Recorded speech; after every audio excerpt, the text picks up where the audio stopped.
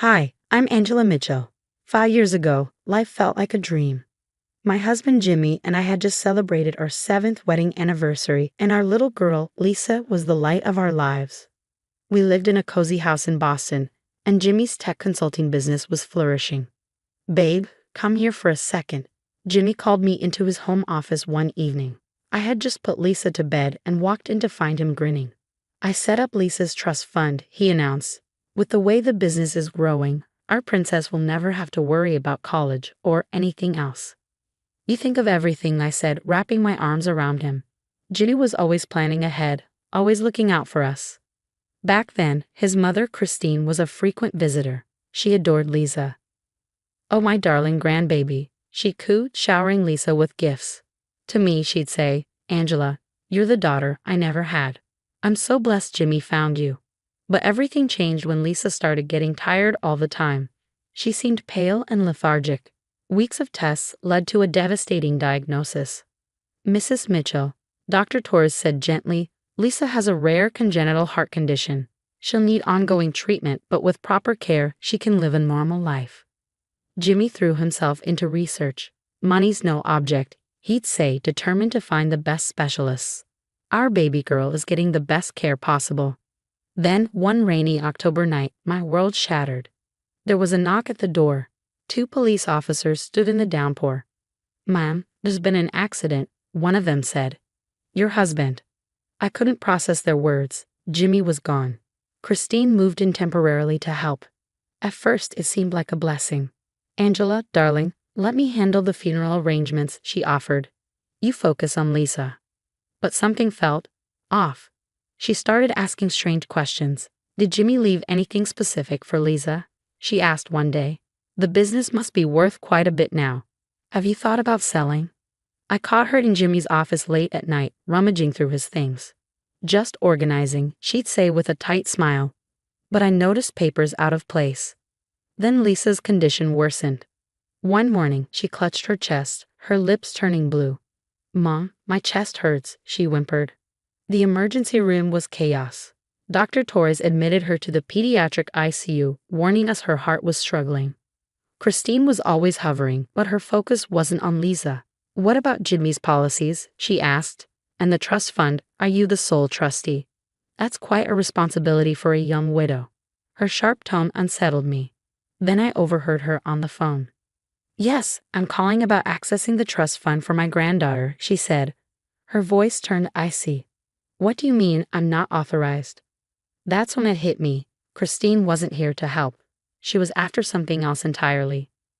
"Christine, maybe you should take a break," I suggested one day, trying to sound calm. "Don't tell me what to do," she snapped, but then quickly softened. "I'm just worried about Lisa's future."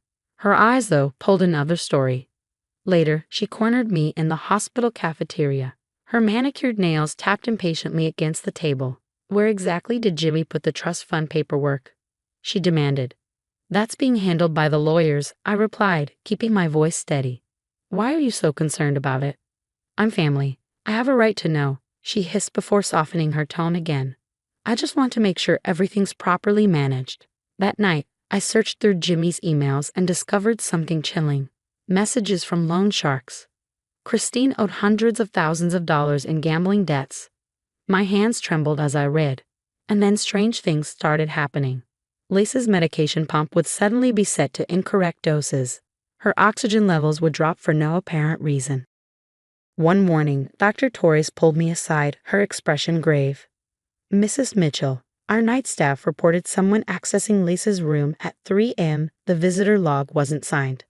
Nurse Linda added, "The security cameras showed your mother-in-law here after visiting hours. She claimed she had permission." A chill ran down my spine. That night, I hid a small camera inside Lisa's favorite stuffed bear, hoping to catch whatever Christine was up to. The very next day, I caught her rummaging through my purse, looking for something. I asked coldly. "Oh, I thought my lipstick might have fallen in," she stammered, her smile faltering. Later, I reviewed the footage. My stomach churned as I watched Christine sneaking into Lisa's room late at night. She examined the machines, whispered into her phone about trust fund access, and muttered, "After the unfortunate passing." Then came the night that still haunts me. I had stepped out to shower and change when the camera feed on my phone began to beep frantically. Christine was in Lisa's room, her hand hovering over the life support machine. "Such a shame," she murmured. "But accidents happen in hospitals all the time. Mommy will need Grandma's help managing all that money."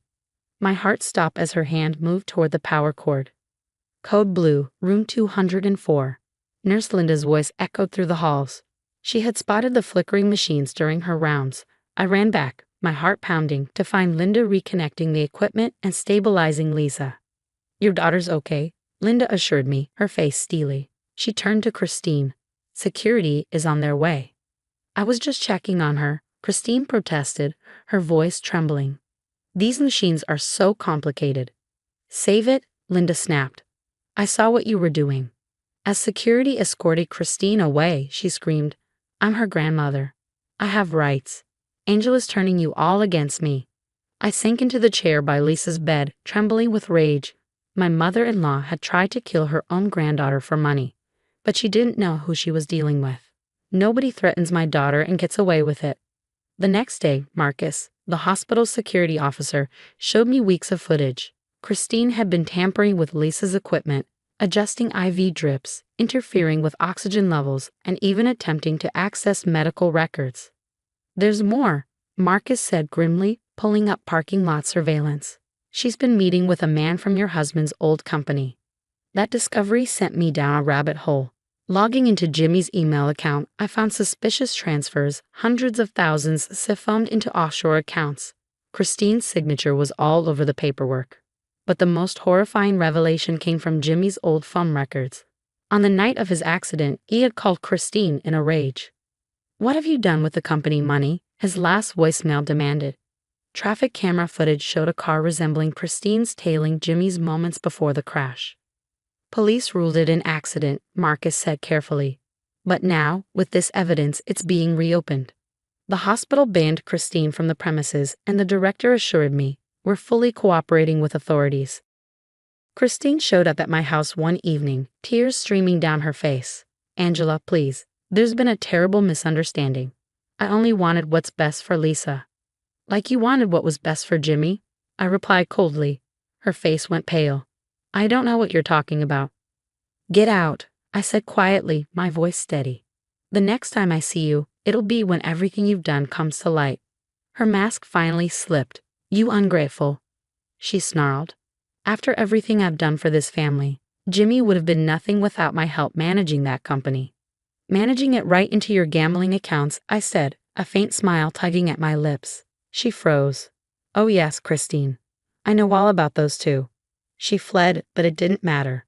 All the pieces were in place. Christine thought she could get away with murder for money. She was about to learn how wrong she was. The next day, I made some calls. It was time for justice. "You won't believe what we found in the company records," Jimmy's former CFO told me. "Christine's been cooking the books for years. Several employees have come forward with evidence." The dominoes started to fall. The IRS launched a full investigation into Christine's personal finances and the company. They uncovered millions in unreported gambling winnings, elaborate tax evasion schemes, and fraudulent transfers. Her world crumbled. The company's shareholders filed lawsuits. The hospital pressed charges. The IRS froze her assets, her fancy house, cars, jewelry, everything was seized. 25 years, the judge declared at her sentencing, and full restitution of all stolen funds. Meanwhile, Lisa's health took a remarkable turn for the better. "Her heart is showing significant improvement," Dr. Torres said, beaming. "The new treatment is working wonderfully." I took over Jimmy's company, determined to honor his legacy. Within 2 years, we doubled our revenue and expanded internationally. Then came the prison visit request. "Angela, please." Christine's voice cracked over the phone. "I'm so sorry. I was desperate. The gambling debts. I never meet." "Save it," I cut her off.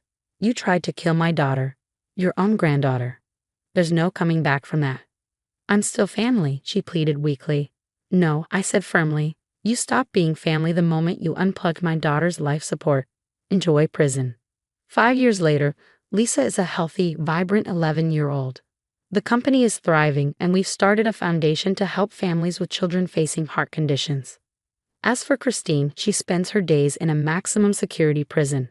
broke, alone, and abandoned by her so-called friends. Her reputation is destroyed. All her schemes amounted to nothing. Sometimes Lisa asks about her grandmother. I tell her the truth. Some people are poisonous, and keeping them out of your life isn't just right, it's necessary. That's the thing about toxic people, they eventually destroy themselves. All you have to do is gather the evidence, stay strong, and let justice take its course. My daughter is alive. We're thriving. And Christine? She's exactly where she deserves to be, forgotten, paying for her crimes until her dying day. What would you do if someone in your family had been secretly plotting against you and your child for years?